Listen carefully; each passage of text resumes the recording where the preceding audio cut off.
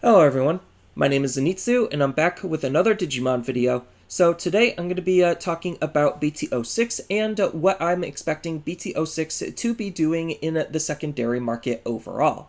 So we could take a look at all of the market trends from all of the previous sets and basically apply all of that to how this set is going to perform, because I'm expecting this set to basically do almost nothing that we haven't seen before.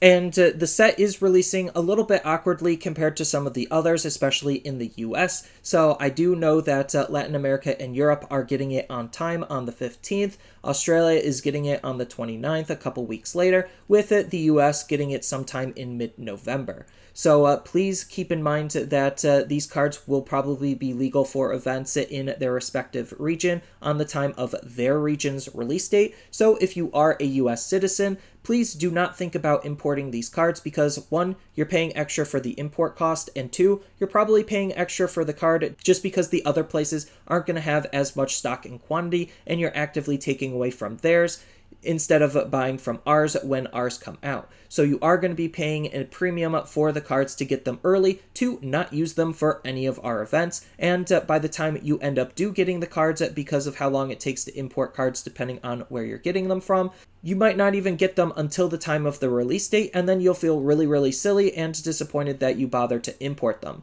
I know this for a fact because I used to import cards from Europe when I played Buddy Fight, and it took about 2 to 4 weeks in order for a normal import to come through for me to get it. So if you're importing cards now when people are going to be selling them, or next week when their official release actually happens, then you are going to be waiting that 2 to 4 week time period, which means that given that 4-week time period, you're going to be sitting at the middle of November, and that's when it comes out for the US. So it's silly to import these cards to pay extra for the import and the premium of getting them early from the other places. So please be patient and wait. Again, I'm not a financial advisor, and this is just all my advice based on my opinion and experiences.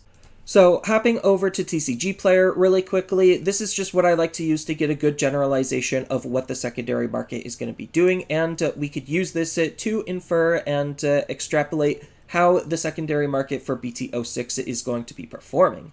So we could see that a lot of the alt art cards are going to be where the majority of the money is. Please ignore the pre-sales that are going up on TCG Player. I've talked multiple times about how these cards are just overhyped, and it's just a couple of strollers trying to take advantage of the situation and try to sell you cards early for overinflated prices, just for that safety from the fear of missing out. So please do not buy these cards, do not support the pre-sale market, and just wait. The cards will come down in price and will be more reasonable and more affordable.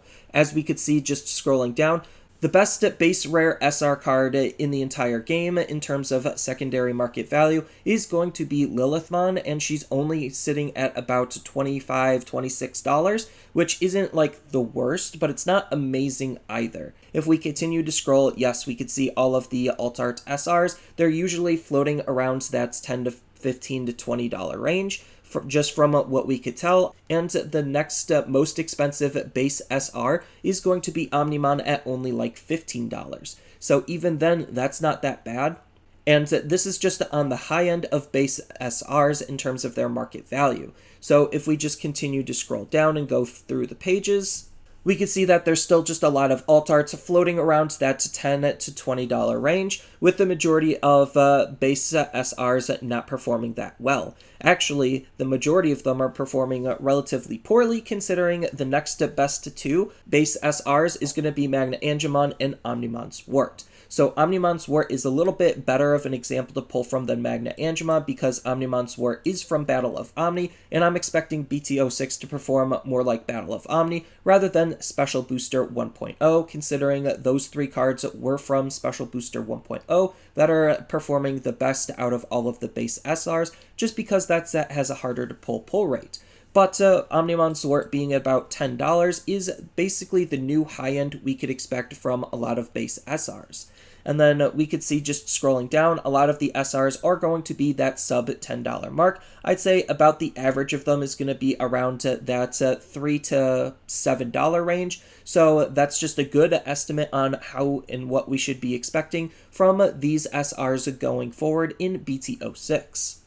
So quickly going through some of the other TCG pages for some of the SRs, just to get a better idea on what all of the SRs are doing. So that way we could kind of guess at what the SRs from BT06 are doing. We could see that even like the high-end, like other good cards, like Lord Nightmon being one of the better cards to come out of BT05, it's only sitting at about $6 when everything is said and done, just because there's just that much stock and supply of it. Same thing with like Eosmon Volderarm being at $5 when it originally launched at around $20, and it was pre-selling for $40 to $60 because it had all of that Omnimon-based hype around it. So the secondary market is cooling down quite a bit to basically make these cards not as valuable as we thought they once were, and anything inside of a booster box is just seeming to not hold that well just because of the sheer amount of supply that there is compared to the demand that's out there. On top of the fact that TCG Player doesn't necessarily help itself because of the style of market that it is, just because it is a race to the bottom market, so everyone is just trying to compete for your sales, and the lowest price tag generally is the winner, and then it slowly creeps up from there. So people are undershooting a lot just to try to make that initial sale, and that is overall decreasing the value of the card as a result, but that is just the quickest and easiest way for a market price to form. So I remember when SkullGreymon was around $15 to $20, and now look at him, he's only 50 cents. So this goes to show you that the market does react rather quickly, and after a while, the market does start to prove itself and show what cards are actually worth. So the fact that BT06 cards are pre-selling for so much is, again, really alarming when we could see the market trends right here in front of us.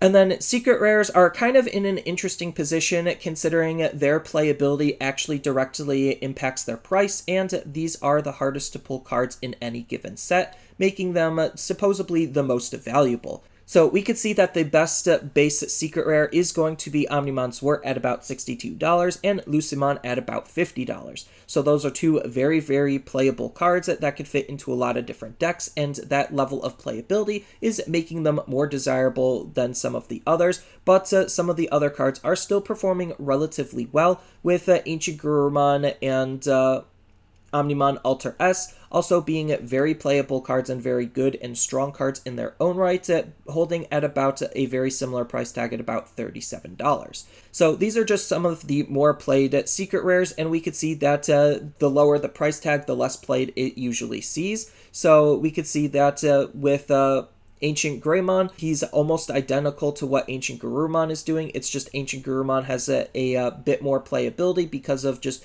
what blue is doing versus what red's doing. So Ancient Greymon is just holding a lower price tag as a result. And we could see as we just scroll further down that the less and less the cards he's play, the less and less it's actually going to be worth, even though all of these cards are usually the hardest cards to pull in the set. So with the secret rares being as good as they are for Battle of Omni, I actually think that's where the majority of the money is going to be in the set, is going to be in the secret rares and alt arts. So with Alphamon and BeelStarmon being two very playable cards in a lot of different decks, BeelStarmon a little bit more than Alphamon, I do think these are going to be really expensive cards and ones to watch out for. So they're probably going to perform similar to what Swart and Lucimon are going to be doing over here. So hopping over to see all of the SRs in BT06, starting off, we have Mamemon. I think Mamemon isn't going to be a very expensive card. This is probably going to be that one that bellows out to about 50 cents when everything is said and done. Pre-sale prices obviously are going to be overinflated, but this card really isn't worth more than the 50 cents that we see other SRs at that don't see a whole lot of play. Japan has proven that this card isn't that very good. There's just better cards that we could be playing for level 5s for black, so this card just isn't going to be worth a whole lot. I think that SkullGreymon actually could be a little bit more expensive. He's probably going to sit around at that $2 range just because he has decent amounts of playability for lots of different purple decks, and that's why I think he's going to hold that $2 price tag, because he's still a very playable option. Next, we have Gankoomon. So Gankoomon is probably going to be about $3 to $5. This card has a lot of hype going into him for a lot of black players because he's one of the more important black cards that they've seen in a very long time, acting as a Digimon with an actual removal effect attached to him. So that is going to make him a very playable card and very appealing for a lot of different black decks to be adopting, on top of the fact that he could hit very, very hard in his own right. So I think he's going to be one of the more played SRs in the set. Next, we have Azulongmon. Azulongmon is also going to be another really solid SR. I think he's going to be at around that $3 to $5 range as well, just because he does interact with Hexablaumon and has very good synergy with Hexablaumon, or you could play him in his own style of deck without Hexablaumon and run some various other support cards as well. But I do think Azulongmon does have a lot of power and potential going into him. Japan has proven that he is a decent card and a decent deck to be playing around with, and as a result, he is going to be a very played card, holding at that $3 to $5 price range. Next, we have Titamon. So Titamon is another really decent card. He's going to be, again, at that $3 to $5 price range, just because that's the price range that I see highly played cards at being at, versus some of the other cards where $2 and below are seldomly to no play. So Titamon being one of the more important cards coming out for purple, allowing and enabling lots of different types of combo play, makes Titamon just very appealing for not only just his own built-in stuff, but him acting as a good supporting card for a lot of other various different strategies, making him a very solid card to pick up. Basically, a solid rule of thumb is the more decks he could go into, the better and more appeal he has, and that appeal and playability means that he's going to hold a higher price tag versus something a little bit more linear where it's not going to fit into a whole lot of different places, and it's not going to be played in various other decks like we see with Eosmon. But Jesmon is another really highly played card. This is probably the theoretical Lord Nightmon of the set. It's going to sit at around that $6 to $10 range, just because this is going to be one of the more and most hyped decks going into BT06, because it's very akin to what Lord Nightmon is doing, just playing free bodies on the field, and being very aggressive at the same time because you're also in red. So I think that this is going to be a very strong card and one to definitely pick up and watch out for. Now, Eosmon is a little bit more linear of a card, as I mentioned when I was explaining Titamon, so I don't think this card is going to hold that high of a price tag, on top of which green really seems to be struggling in BT06, just because it doesn't really get any new or important tools. Eosmon is kind of the green in BT06, and most of its support is white. So it's a little bit unfortunate that green kind of takes a step back in BT06 and isn't performing as well as some of the other colors in comparison. So I think Eosmon is probably going to be at about that $1 to $2 range, just because it's still a very decent card, but the strategy is linear, keeping it from seeing wide amounts of play. I think Dynasmon is going to be another $1 to $2 card, just because Dynasmon isn't really doing anything special or important that is advancing yellow as a whole. The best yellow deck going into BT06 is still going to be Lord Nightmon, and this is just a good complementary card to what Lord Nightmon is doing as a more healing Lord Nightmon strategy. Now, you could run this in some various other different types of strategies, but this is more of a support card rather than a main card, so people looking to pick up Dynasmon aren't picking up 4 copies of Dynasmon, so he's going to be a slow seller, and even though he does have wide appeal, he doesn't have that mass playability that we're looking for in order to make a card really shine and worth a lot of value. So, as a result, I do think that he is going to be at about that $1 to $2 range. Now, level 7s are usually always in a good spot. They're always going to hold the most value because they could be played in a wide variety of decks, so not only just the deck they're intended for, but outside of that, they could just go into literally any deck in their color, just because level 7s are just generically good. So even though Gabumon Bond of Friendship wants to be played with his Tamer and respective rookie and his own little package to make him playable as his own card, he's still just a decent card to go into literally any blue deck just because he's generically decent. So I think that Gabumon Bond of Friendship is going to be a card to sit at around that $6 to $10 range. And for all of the same reasons why I think Gabumon Bond of Friendship will hold some decent value, I do think Agumon Bond of Courage will also hold that same type of value. It'll probably be a little bit less just because Red does have a little bit of a harder time when it comes to the playability of their cards for whatever reason. I think it's because Blue just has better card draw, but I digress, and the fact that it is just another very playable level 7 that could go inside of its own strategy and into any red deck you feel like you want to be playing him in is just what's making him a really good card to be using. But regardless, they're just both looking to be really good cards, and they're going to be sitting at around $6 to $10 as a result. Now, going into the secret rares before we go into alt arts and promos. Secret rares are going to be the hardest cards to pull in the set, and the more playable they are, as I mentioned before, the more they're going to be worth it. So Alphamon being just a really good, generically solid black card makes them playable in a wide variety of decks for a wide variety of strategies. So I think as a result, Alphamon is going to hold that higher price tag, probably a little bit more than Ancient Garurumon, so I think that this card is probably going to be sitting at around that $40 to $50 price range, just because this is that good of a card for not only just his own built-in stuff, but for what Black is doing as a whole, and all of the different things that you could do with the card. On top of the fact that X Antibodies is also getting support later on with BT07, so that's a huge factor to take into consideration is future playability of these cards. So Alphamon getting some more support in the future also adds to his overall value, so he's probably going to be worth that $40 to $50. And then we have BeelStarmon, which is going to be the big secret rare of the set. I think this card is a lot more playable than Alphamon, and Alphamon is already looking to be very playable as a whole. BeelStarmon, what's making her a better pickup is just the sheer amount of wide variety of play this card can see for a wide variety of different decks. This could go into a lot of purple-based option strategies. This could go into Three Musketeers, Security Control. There's just a lot this card can do just because this card is, well, just that good. So I do think that BeelStarmon being the big super playable card is going to hold at that $50 to $70 price range.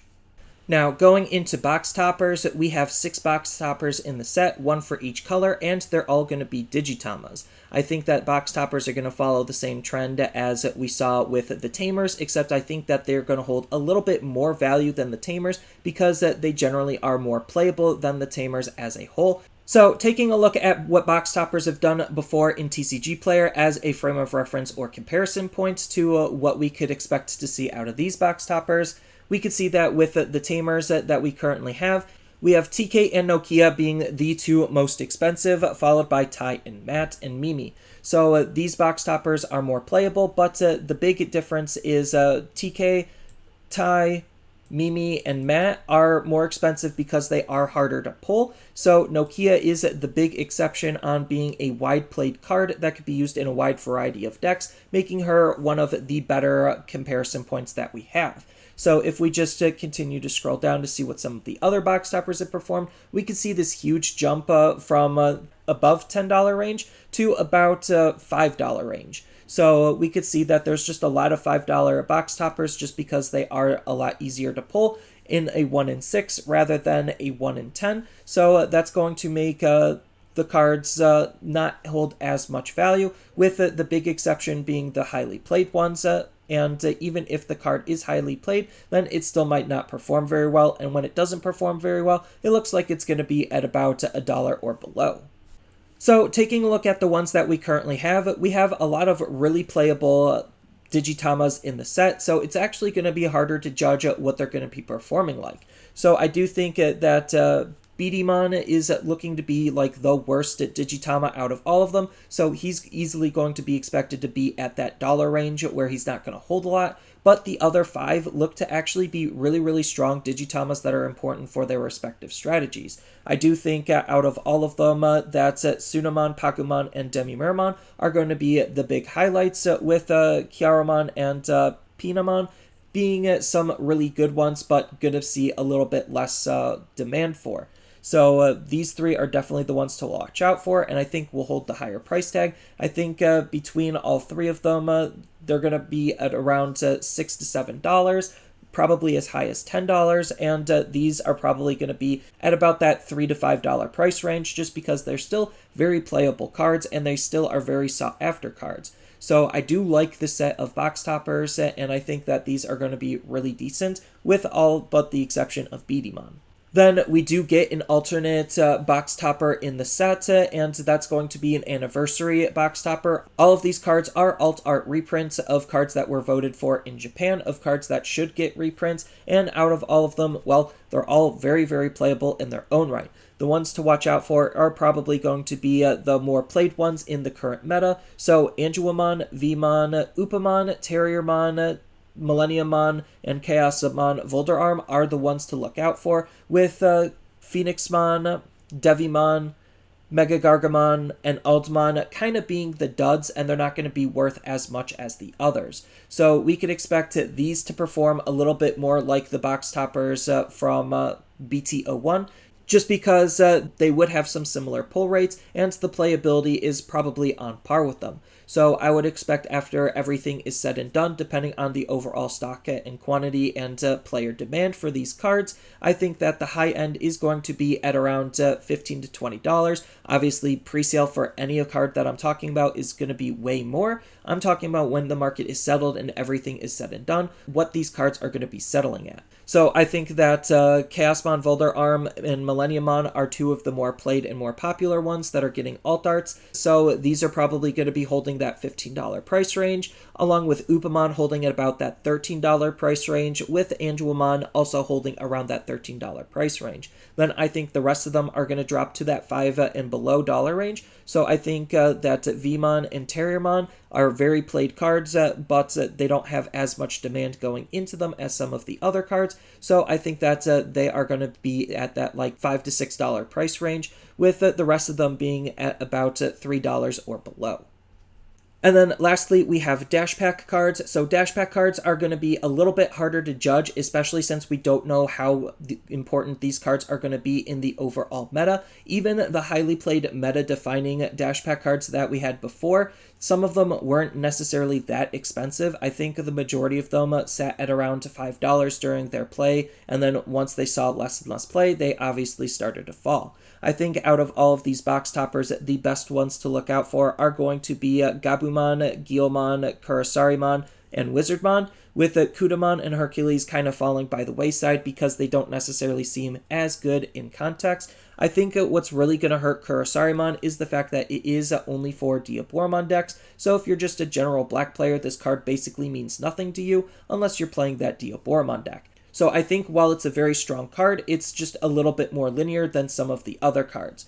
So that linearity is going to keep it back, making it not as valuable as some of the other cards. So I do think Wizardmon, Gabumon, and Guilmon are just more generically good and can see lots of play in a wide variety of decks, so I think those are going to be the ones to look out for. But these are going to be the ones that are going to be super hot, and these are the ones that are going to be super not.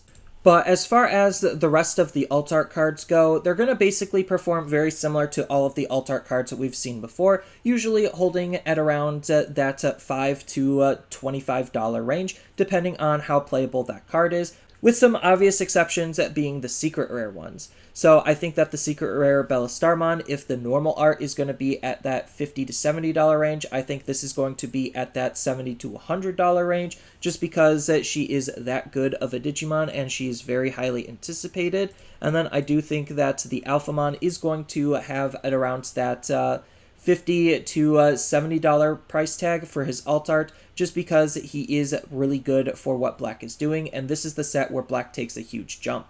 The big exception being the fact that we are going to be getting an Omnimon in the set. So the Omnimon we're going to be getting is that Rainbow Sheen Omnimon, and it is going to be a very hard to pull card. In Japan, it was like 1 in every 20 cases, and I think the rumor is for English it's going to be 1 in every 5 cases, so it's still going to be a triple-digit card at the end of the day. Do I think it's going to be a 4-digit card? Probably not. There's going to be more BT06 than we expect, and as a result, because of that, there's just going to be more of this card floating around, especially with that high price tag. People people aren't going to be that inclined to buy them. It is more of a collector's card, or like an, oh, look at what I have kind of a card, rather than like a card people are actually looking to pick up to actually play. So I think that the level of demand isn't going to be super high for the overall stock and quantity that we're going to be seeing him.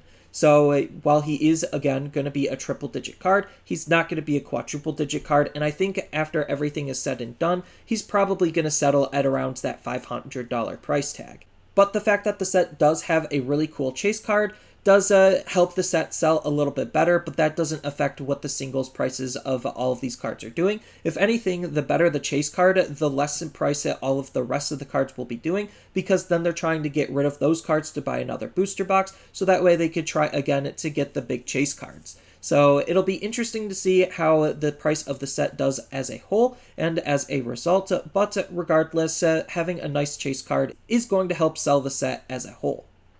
But for the most part, that's just what I think the set is going to be performing like, and the singles are going to be acting like, based on all of the information that we have from the previous sets. Yes, it doesn't look super great on pen and paper, but that's just the result we get with this type of pull rate. But all of this goes into just making the game more accessible and more affordable, which is always a good thing. And we do know that a lot of the money that comes from Digimon as a whole is coming from all of the event cards and promo cards and other alternate art cards that we have in the game. And that's where the majority of the money is, not in the booster boxes, but in all of the other products, because of the way they're releasing those cards. And just as a quick reminder, I am going to be hosting a Win a Playmat event on October 20th at 7 p.m. Eastern Standard Time, so feel free to hop into my Discord and register for the event through Limitless Games and play on my Discord channel. Links to those will be in the description below.